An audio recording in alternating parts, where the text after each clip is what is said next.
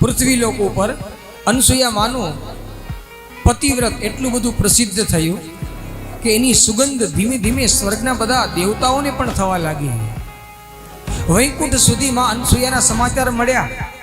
માં લક્ષ્મીજીથી રહેવાયું નહીં. ભગવાન નારાયણને કહે છે,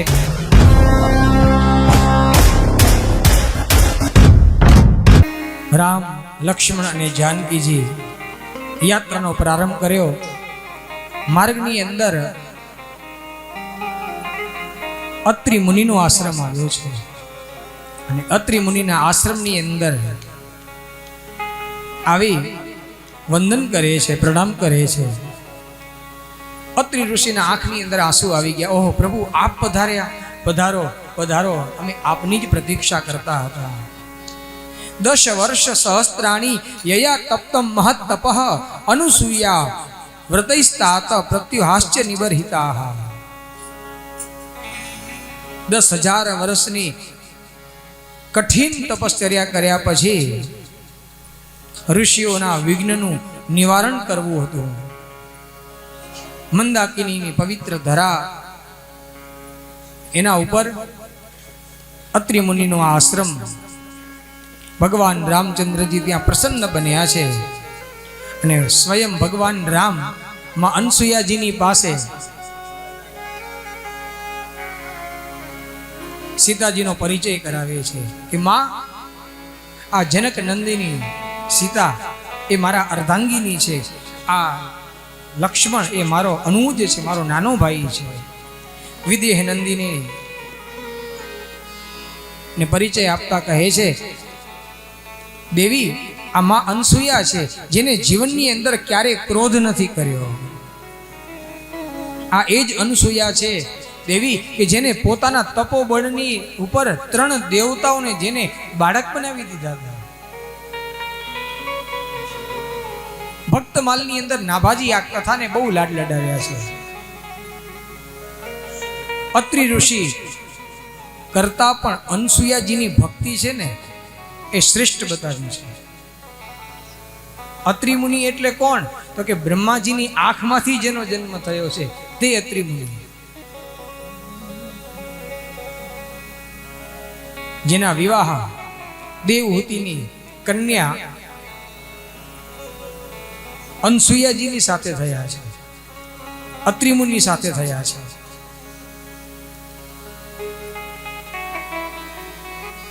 પૃથ્વી લોક ઉપર અનસુયા માનું પતિવ્રત એટલું બધું પ્રસિદ્ધ થયું કે એની સુગંધ ધીમે ધીમે સ્વર્ગના બધા દેવતાઓને પણ થવા લાગી. વૈકુંઠ સુધી માં અનસુયાના સમાચાર મળ્યા. માં લક્ષ્મીજીથી રહેવાયું નહીં. ભગવાન નારાયણને કહે છે કે સ્વામી, સાંભળ્યું છે કે અનસુયા આટલી બધી પતિવ્રતા છે, પતિની આટલી બધી પૂજા કરે છે, તમે એના સતીત્વનો ભંગ કરો. હું આપને કહું છું. માં સતીએ કહ્યું, બ્રહ્માણીએ પણ કહ્યું, અને 3 દેવતાઓ મંદાકિની નદીના કિનારે જ્યાં ભેગા થયા અને 3 દેવતાઓ એકબીજાને પૂછે છે કે તમે અહીંયા શેના માટે આવ્યા છો? તો કે આ તો સુપ્રીમ કોર્ટનો ઓર્ડર છે ને એટલે આવ્યા છે. આ તો આજ્ઞાનું પાલન કરવું જ પડશે. ને 3 દેવતાઓ સાથે મળી માં અનસુયાજીના આશ્રમની પાસે આવી અને ભિક્ષા માંગે છે કે નિર્વસ્ત્ર થઈને ભિક્ષા આપો.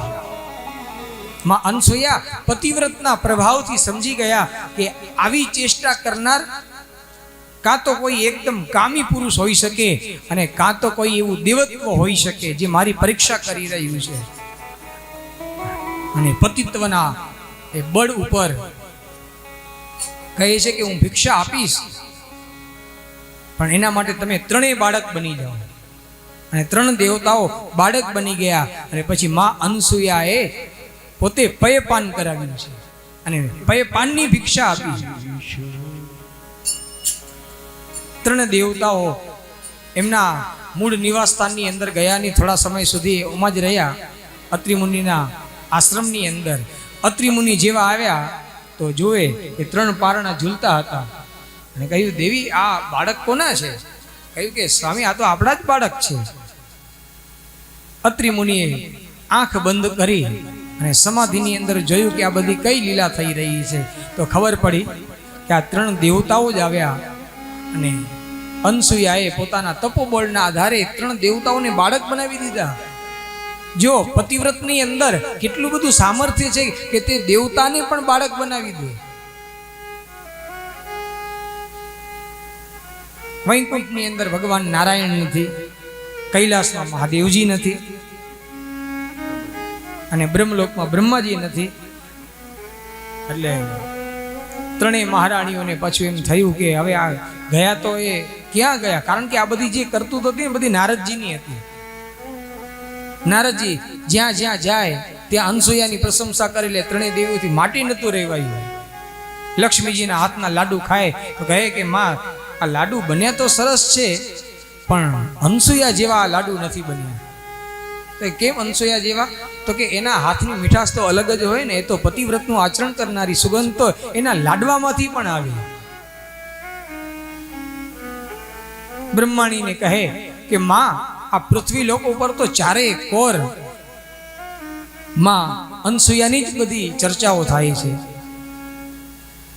એટલે એના કારણે એક વિચાર મનની અંદર થયો કે અમારા કરતા પણ કોઈ શ્રેષ્ઠ છે, માટે મૂક્યા હતા. તો આ 3 મહારાણીઓ સાથે મળી નારદજીને ગોતે છે કે નારદજી ગયા ક્યાં, કારણ કે એના થકી તો આ બધી ઘટના ઘટી છે. નારદજીએ કહ્યું એ બીજે ક્યાંય નથી, અત્રિ મુનિના આશ્રમે જ છે અને 3 બાળક બની ગયા છે. અને 3 દેવીઓ આજે એ ભિક્ષા માંગવા માટે આવે છે કે ભિક્ષાની અંદર અમને આ બાળક આપી દો, અમને મારા સ્વામી આપી દો. તો અનસુયા માં કહે છે કે લઈ લો તમારા સ્વામી, લઈ જાઓ. અત્રિ મુનિ કહે છે કે આ 3 દેવીઓ કોણ છે? તો કહે છે કે આ આપણી જ પુત્ર વધુ છે, આ દીકરાઓ છે ને આ દીકરાઓની આ ઘરવાળી છે. અત્રિ મુનિ વિચાર કરે છે કે જો તો ખરા પતિવ્રતની અંદર કેટલું સામર્થ્ય છે, નહીતર અમારા આશ્રમે આવે કોણ? તપશ્ચર્યાની અંદર એક અદ્ભુત એવો પ્રભાવ હોય છે કે આપણે ભગવાનની પાસે જવું નથી પડતું, એ દેવીય શક્તિ સામેથી આપણું વરણ કરવા માટે આવે છે. આ તપશ્ચર્યા નહીં, આ મહત્વતા છે.